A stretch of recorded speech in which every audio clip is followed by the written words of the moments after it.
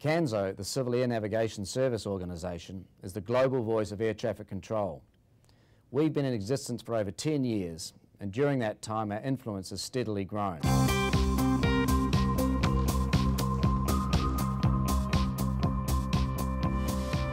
In 2007, CANSO finds itself at a crossroads. We've been extremely successful in a number of different areas, but we have three key things to address. Firstly, I said we're the global voice of air traffic control. Well, to be the global voice, we need to be globally representative. Secondly, we need to ensure that the outputs of our work groups are linked to our overall organisation strategy. And thirdly, we need to put the organisation on a stronger financial footing. So we have created a vision of what CANSO might look like in 2010. What are the challenges we're going to face? How are we going to deliver this? And now this DVD is to introduce you to this concept and how we see the future of this organisation. So what does the future hold for our industry? Traffic levels are rising as the demand for mass transportation increases worldwide. Europe's low-cost carriers are booming. China's aviation growth is 16% a year, and the number of air travellers in India grew by 38.5% during 2006 alone. In turn, in every part of the globe, the demand for greater capacity in the ATM system is increasing at unprecedented speed. Global solutions are needed for this global challenge. Safe and seamless airspace with harmonised systems, the rapid rollout of new technology, and the swift spread of best practice across the industry, all against a backdrop of increasing focus on the environmental issues associated with our industry. So how can CANSO best work for its members in support of this new future? CANSO members understand the business. We work closely on a daily basis with the airlines, we work daily with the governments, we work daily with all the stakeholders.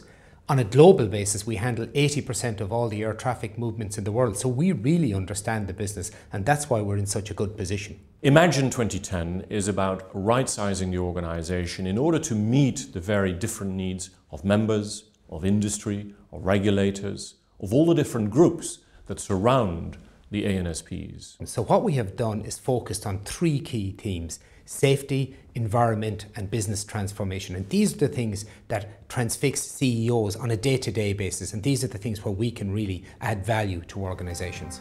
Safety is always the first priority.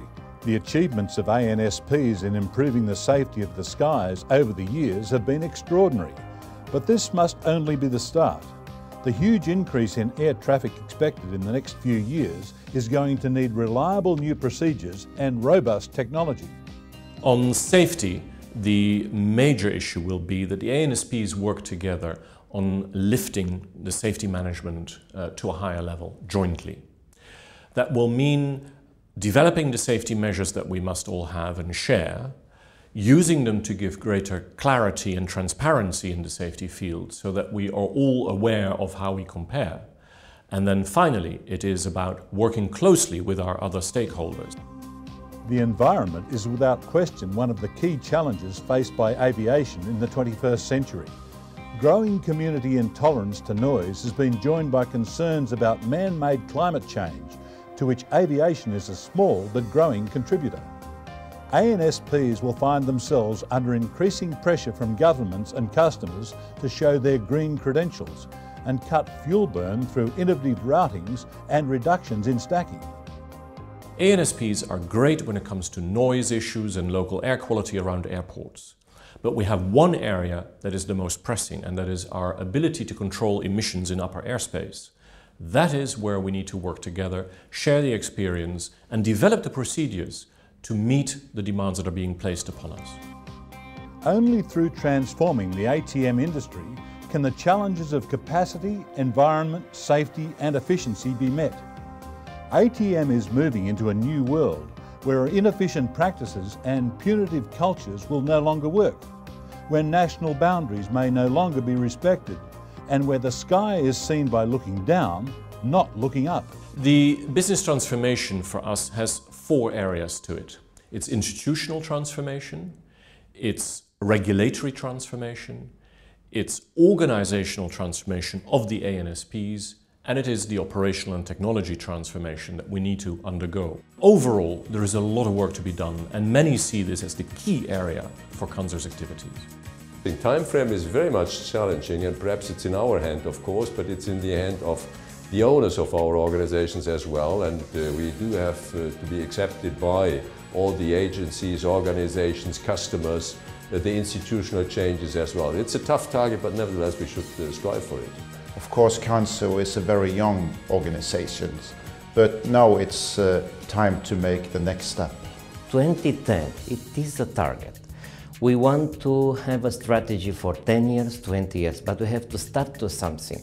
There's a lot to achieve, there's a lot to be done in a very short time, as you said, in a very short time frame, but I think we'll get there. We will support the work in CANSO and to reach the objective in the agenda presented. I think the goals are achievable, and for us we are looking for more of a regional focus in this part of the world. There are only a very small number of CANSO members at the moment in East Asia and the Pacific. We're hoping to grow that. I think it's absolutely the right thing to do. I think a lot of people who are members of CANSO have said, well, you know, we sit and we talk, but we never achieve a great deal. I think we have achieved a great deal, by the way, but I think we can take it to a totally different place now, and I think that now is the time.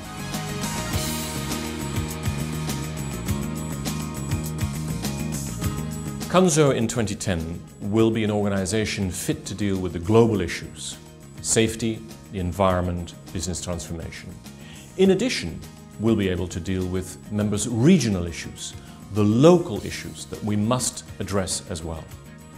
On top of that, the organization will be able to deliver services that deliver true value to the membership.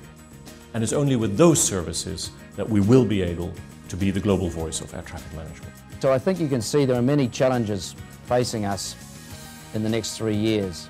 And I think you can also see that we've got some strong ideas about how to take this organisation forward. I'm very excited about it, but it does require strong leadership from us all. I look forward to seeing you in March in Amsterdam.